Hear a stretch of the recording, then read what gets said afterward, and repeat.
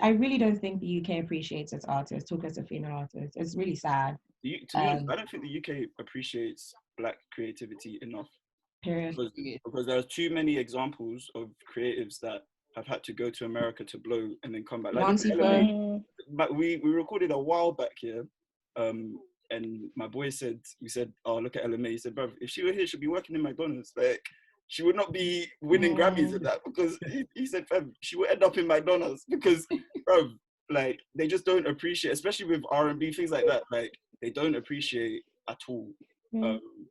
And I don't know what the reason is. I don't know if it's because we in the UK are a bit more stush than Americans, or just in America. That's exactly the reason. That is literally it. There's a bigger market for, well, I mean, there's more Black people in America anyway. Yeah, that's what I'm saying. That, like, in America, they have a whole, not to say that we don't have Black culture here, yeah, but like, our Black culture is like influenced by Caribbean culture and influenced by African culture, right? To make up what is now like Black British culture. Whereas like in America, they have like their own American Black culture. Like they're like, most of us will say like, oh, I'm from Grenada, or I'm from Jamaica, or I'm from Nigeria or Ghana, wherever, yeah. Whereas like the Black Americans, they're like, yeah, I'm American. Like I'm from New York. I'm a Black American, yeah. So like they have their own culture, because obviously they've been in America for much longer than we've been in the UK. So like, if anything, it's just a case of like more time for us to actually have like a solidified Black British culture, the same way they have. Would you say that's not the case now, though? Would you say that doesn't already exist? It does, but it's just from as an outsider even looking in. I just feel like it's very influenced by our heritage from the Caribbean or Africa mainly. But that could be it, you know. I wouldn't say the fact that it's influenced by the fact that we all are more in touch with, I guess, the country of origin. I don't think that's a bad thing. I think a lot of it is because obviously American culture in general has kind of taken over popular culture. In the sense of like, we over here hear news about stuff happening in America, but we won't hear about news happening in, like, I don't know, Papua New Guinea or something like that. Like, so you hear American culture has taken over. They control the world, really. My point is though, sorry, just to finish my point, is that I don't know about you lot, innit, but I personally am much more comfortable trying to say, oh, I'm from Grenada or I'm Caribbean, than I am trying to say I'm British. Whereas like Black Americans, they are American, innit? Regardless of all the shit that happens in their country, like they're American and they're not trying to say or anything else.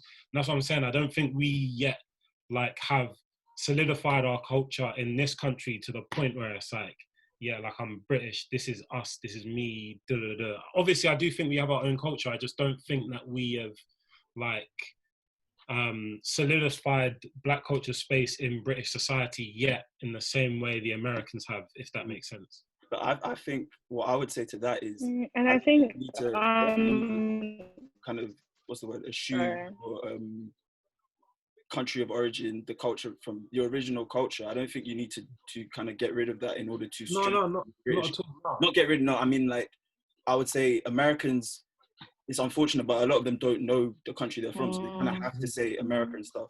But I think we over here, I think we need to have more respect for Black British culture. Like, I feel like a lot of the time we try and mold Black British culture off African American culture. And we see it as, I mean, even look at like the Burna Boy album, just to bring it back, like he's trying to win a Grammy, so he gets Diddy involved and tries to get Diddy preaching whatever he was saying on those couple tracks here. And it's like, why do you need to involve that in order to win a Grammy? And then also, why do you sort of value a Grammy, which is an American award, above other awards and other accolades you get? Because I'm sure he's won, I don't know personally, but I'm sure he's won awards in Nigeria, stuff like that. So I'm like, I think, I hear what you're saying about African Americans have their own culture and stuff, but I think we need to just take more pride in the stuff that we've built here. And I think it's happening though. I do see it happening. Like people like Stormzy, he's got to like the biggest in the country basically, and he well, effectively, and he's very, you know, about Black Britain. He doesn't really collaborate with that many Americans. He hasn't had Drake jumping on the tune. He's not in Drake's comments every time Drake posts a picture. You know what I mean? Like Stormzy turned down Drake and Jay-Z. Did you guys know that? Because he wasn't ready. Yeah. And that was excellent. And he said he just wasn't ready. And I think that's amazing. And even sorry, carry on. No, go Shay. I was I'll go going to after say, you. like, I think both Curtis and Andy's point. I think you're both right. Keanna and I actually had a discussion. Do you remember after we watched that thing, just about like Black British culture? And I feel like it's still relatively new, obviously, compared to years and years and years of, you know, the Americans being in America and creating their own and having their own and curating and sustaining it. But I think Black British culture is very new, still very heavily influenced by immigration. And as a result, I feel like our generation, even with me, like I was saying to Keanna, like when people ask me where I'm from, I literally don't know what to say, because I grew up with sort of both aspects of British and Nigerian culture, and I can relate to both. And when I say I'm British, I feel like an imposter, you know, that sort of thing. And I think that there's a lot of us that are still in our generation finding our feet. But having said that, there's a lot of people that are building that Black British culture. Like look at Recess, like No Signal. They are literally building like pillars that our kids are going to look back at and be like, oh shit, like back in the day this was actually a thing, and this is what culture is. No, I agree, and I think that's why, that's part of the reason I kind of respect the businesses and stuff that were on the course and everything as well, because I think that's definitely an aspect of it as well. I think outside of just sort of music, art, all that stuff, getting sort of foundations in business to sort of not only, like, it has a cultural aspect to it as well and can push sort of Black British culture, like something like No Signal, if they manage to get the money to build their radio studio and build it into a proper radio station, that's a business they've set up for Black art to come through and that kind of thing. So yeah, I definitely agree with you that things like that sort of what's the word, I guess, fortify Black British culture, I would say. And I think that's why, like full respect to everything they're doing. And it's kind of one where you just watch from the side, you just want them to win, you know what I mean? Like, because a win for them is like a win for us. It's the same with like Stormzy. Like me personally, used to be a big Stormzy fan. His music now I don't really listen to as much as I did, but I want to see him win, because when he wins, it's a win for all of us in like Black British culture. 100%.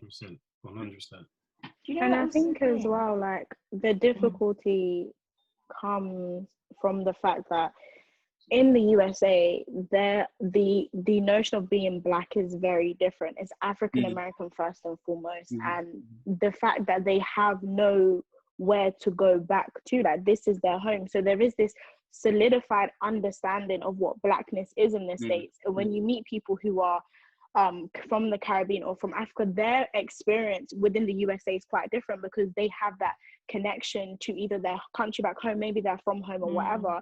Whereas in the UK, Blackness isn't homogenized like that. So my parents and our understanding of what Black culture is has been predominantly Caribbean. Notting Hill Carnival is Caribbean. And so when you see that shift, and you go to Notting Hill Carnival and you hear different types of music, that albeit that I listen to Afrobeats, but if I hear a Notting Hill Carnival, I get a bit like, whoa, like, and even though I will still pop to the tune, I'm like, what's going on?